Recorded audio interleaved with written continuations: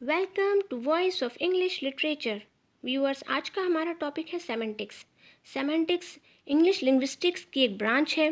जैसे इससे पहले हमने इंग्लिश लिंग्विस्टिक्स की इंटरनल ब्रांच पढ़ रखी है, फोनेटिक्स, फोनोलॉजी, मॉर्फोलॉजी, सिंटैक्स। इसी तरह से सेमेंटिक्स भी एक ब्रांच है।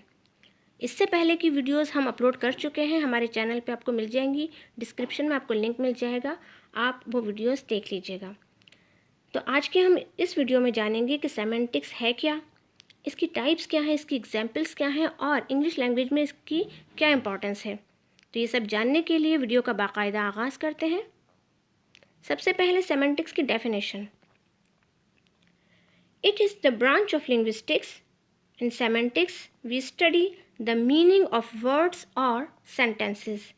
तो सेमेंटिक्स लिंग्विस्टिक की वो ब्रांच है जिसमें हम क्या स्टडी करते हैं, वर्ड्स या फिर सेंटेंसेस की मीनिंग क्या है, उसकी मीनिंग्स को समझने के लिए हम सेमेंटिक्स में स्टडी करते हैं कि किसी भी लफ्ज़ की क्या मीनिंग हो सकती है।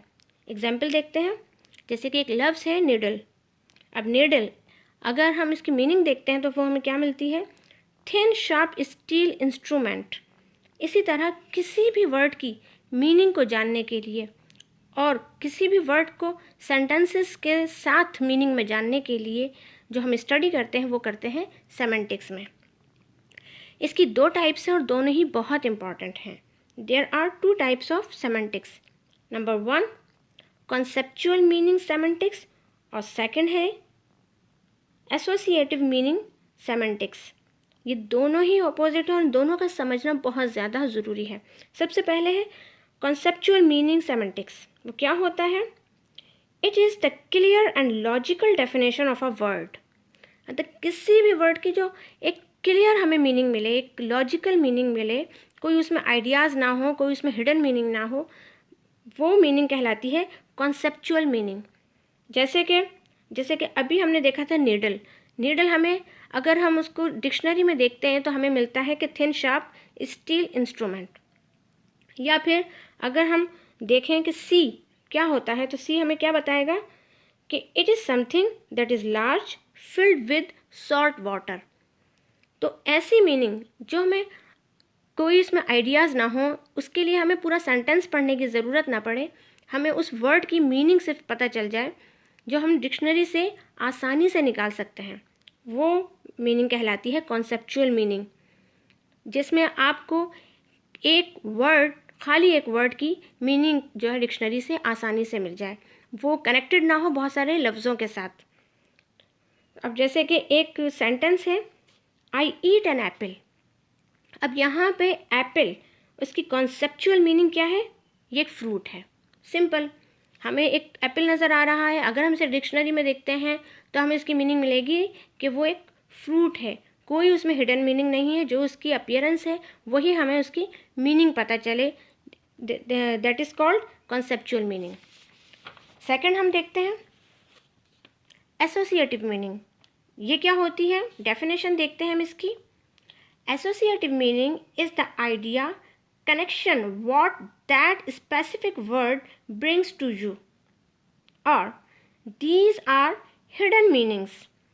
Associative meanings जो है वो डायरेक्ट मीनिंग नहीं होगी, वो एक आइडिया होगा जो कि कनेक्ट होगा किससे? उस पूरे सेंटेंस के साथ। एक वर्ड की मीनिंग हम यहाँ नहीं निकालेंगे, बल्कि पूरे एक सेंटेंस के साथ उस वर्ड की कनेक्शन होगी, या आप ये कह सकते हैं कि ये हिडन मीनिंग है। जैसे कि सेंटेंस है, you are apple of my eye. अब यहाँ पे एप्पल एक फ्रूट नहीं है, तो यहाँ हमें पता चल रहा है कि यहाँ पे एप्पल फ्रूट नहीं बल्कि लवेबल है। तो एक सेंटेंस के साथ ही जुड़ा हुआ है। मोस्टली आप कोई भी प्रोवर्ब्स देखें, ईडियम्स देखें, उसमें जो वर्ड होगा वो पूरे सेंटेंस के साथ कनेक्टेड होगा, और ऐसी मीनिंग को हम एसोसिएटिव मीनिंग कहते हैं। एक और एग्जाम्पल अगर देखें तो, माई फादर इज़ लायन। अब यहाँ फादर जो है वो एक एनिमल नहीं है, बल्कि लायन उनको कंपेयर किया जा रहा है, तो ये एक हिडन मीनिंग है। तो जितने भी राइटर्स हैं, पोइट्स हैं, या जो भी एडवर्टीज़मेंट्स होते हैं, उसमें जो वर्ड्स इस्तेमाल किए जाते हैं वो हिडन होते हैं। उसमें ऐसा नहीं होता कि आपको एक वर्ड की आप डिक्शनरी में देख लें कि मीनिंग क्या है, बल्कि आपको पूरे सेंटेंस को देख के, उस वर्ड का कनेक्शन देख के फिर उसकी मीनिंग निकालनी होगी। अब यहाँ पे जो नीडल है, यहाँ पे एक शार्प इंस्ट्रूमेंट नहीं है ये। अगर एसोसिएटिव मीनिंग में होगा तो नीडल का मतलब पेन होगा। नर्स, नर्स जो है यहाँ पे होगी, इसकी मीनिंग केयरिंग। तो वर्ड जो है एकदम जो है चेंज हो जाए, ऐसे मीनिंग्स हम एसोसिएटिव में पढ़ते हैं। तो होप कि आपको ये दोनों समझ आ गए होंगे, इन दोनों के डिफरेंसेस पता चल गए होंगे कि हम किस में कौन सा पढ़ते हैं। कॉन्सेप्चुअल में हमें डायरेक्ट मीनिंग मिलती है, कोई हिडन मीनिंग नहीं होती, जबकि एसोसिएटिव में वो वर्ड दूसरे वर्ड्स के साथ मिल के एक सेंटेंस बनाता है और इस वर्ड की मीनिंग टोटली चेंज हो जाती है। वीडियो अगर पसंद आई और समझ आई तो इस वीडियो को सब्सक्राइब कीजिए, लाइक शेयर एंड कमेंट्स कीजिए। Thank you so much.